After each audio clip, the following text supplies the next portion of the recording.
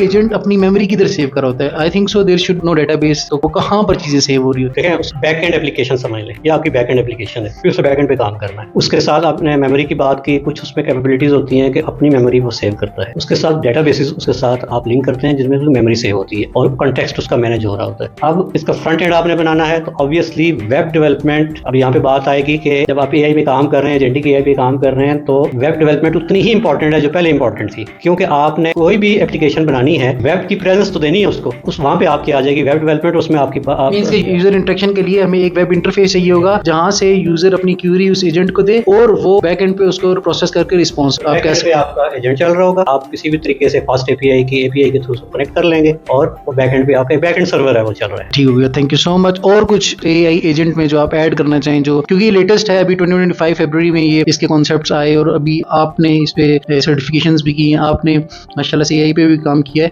तो आप इसमें कुछ समझते हो जो ऐड ऑन करना चाहें जो बहुत जरूरी है? देखिए, ये जो कंसेप्ट था वो अब रियलिटी बन चुका है। एआई एजेंट्स पे बहुत ज्यादा काम हो रहा है, 2025 में काम हुआ, 2026 जो है वो प्रैक्टिकली एरा ही एजेंटिक का है। लेकिन एक चीज मैं क्लियर करूं कि जो पहले मैंने बात की कि तो ये समझता है कि मैंने कंप्यूटर का नॉलेज नहीं लेना या उस फील्ड में नहीं सीखना और डायरेक्टली मैं एआई एजेंटिंग कर दूंगा, तो ऐसा नहीं हो सकता। इसमें आपको प्रोग्रामिंग, आपको लॉजिक को सीखना होगा, इसी तरह आपने फ्रेमवर्क्स को सीखना होगा। जैसे मैंने बात की कि आपको अगर वेब डेवलपमेंट का नहीं पता, वहां पे जब आप आएंगे तो ज्यादा आपको वास्ता पड़ेगा जावास्क्रिप्ट के साथ, जावास्क्रिप्ट के फिर फ्रेमवर्क्स के साथ, सबसे ज्यादा काम उसमें हो रहा है। तो ये एक फुल स्टैक है, इसलिए जब आप इस फील्ड में हो तो ये सारी चीजें सोच के आए। जो लोग ऑलरेडी काम कर रहे हैं वो थोड़ा सा इसकी तरफ स्विच करें और ज्यादा आपने डीप डाइव जाना है तो पाइथन, एडवांस लेवल की पाइथन में, क्योंकि ओपन एजेंट एसडीके खुद जो बना हुआ है वो सारा पाइथन में बना हुआ है, उसके लिए जरूरी है कि एडवांस लेवल की पाइथन पे आप काम करें। अब एजेंट की एग्जांपल जो है आपके पास स्पेशली डेवलपर्स के लिए वो आ चुकी है। आप कोड एजेंट्स जो हैं वो प्रैक्टिकली आप लोग यूज कर रहे हैं। कोपायलट आपके पास है, आपके पास क्लाउड कोड है, आपके पास जो फुल एजेंट है वो क्लाउड कोड है, जेमिनाई है,